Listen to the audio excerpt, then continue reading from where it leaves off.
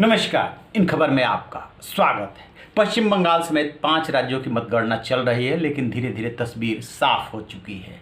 इन 5 राज्यों में सबसे अधिक जो चर्चा बहस का केंद्र बिंदु था वो था पश्चिम बंगाल कि आखिरकार वहाँ टीएमसी प्रमुख और मौजूदा मुख्यमंत्री ममता बनर्जी रहेंगी या जाएंगी। बीजेपी ने जिस तरीके से जोर लगाया था, ऐसे लग रहा था जैसे नेक टू नेक फाइट हो। जो एग्जिट पोल आया था उसमें भी ऐसा ही कुछ दिखा था, लेकिन अब तस्वीर जो साफ हुई है उसमें ममता बनर्जी 200 का आंकड़ा पार कर रही हैं और बीजेपी 3 अंकों यानी कि 100 का आंकड़ा भी अभी की तस्वीर में नहीं टच कर रही है।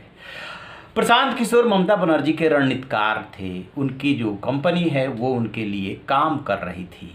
उन्होंने बहुत पहले ट्वीट किया था कि बीजेपी यदि 3 अंकों का आंकड़ा छू लेगी तो वो रणनीतिकार का काम छोड़ देंगे, इस फील्ड को ही छोड़ देंगे।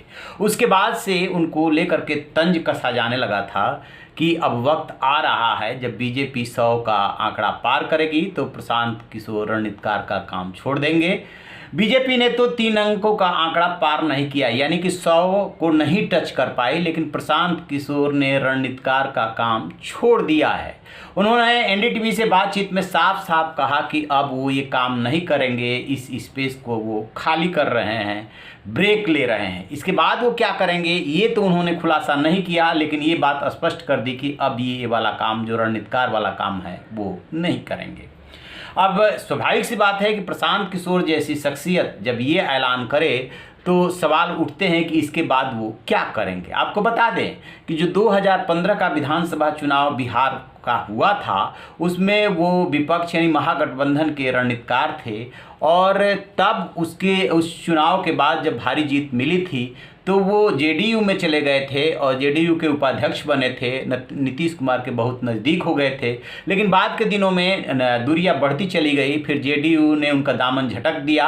फिर साउथ से लेकर के और पश्चिम बंगाल तक अलग अलग राज्यों के लिए उन्होंने काम किया और सफलता भी दिलाई। जगन रेड्डी की सफलता उन्हीं की सफलता मानी जाती है, उन्हीं की रणनीति मानी जाती है और पश्चिम बंगाल में भी वो सक्सेस हुए हैं। उनका यदि ग्राफ देखेंगे तो तमाम चुनाव में यानी कि बीजेपी के लिए जब उन्होंने मोदी जी के लिए काम किया तब भी उन्होंने जीत दिलाई थी। इसके बाद जहां जहां राज्य सरकार के लिए कि पॉलिटिकल पार्टी क्षेत्रीय पॉलिटिकल पार्टी के लिए काम किया वहां भी ये सक्सेस रहे। एक अपवाद जरूर रहा कि वो कांग्रेस के लिए भी काम किए थे, लेकिन न तो कांग्रेस को सफलता दिला पाए, न यूपी में 2 अच्छे लड़के थे उनको सफलता दिला पाए थे। उसी के बाद से उनको लेकर के सवाल उठते थे कि रणनीतिकार हो सकते हैं लेकिन जीत और हार की गारंटी उनकी नहीं हो सकती।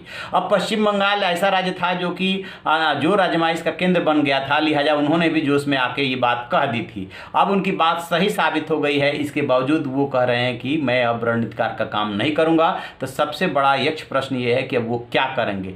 क्या टीएमसी से उनका राजनीतिक जुड़ाव होने जा रहा है, क्या फिर से वो नई राजनीतिक पारी शुरू करेंगे, इस सब पे हमारी नज़र रहेगी और जैसे ही कोई अपडेट मिलेगा आपसे साझा करेंगे। आप रहिए न बेखबर, देखते रहिए इन खबर। Thank you.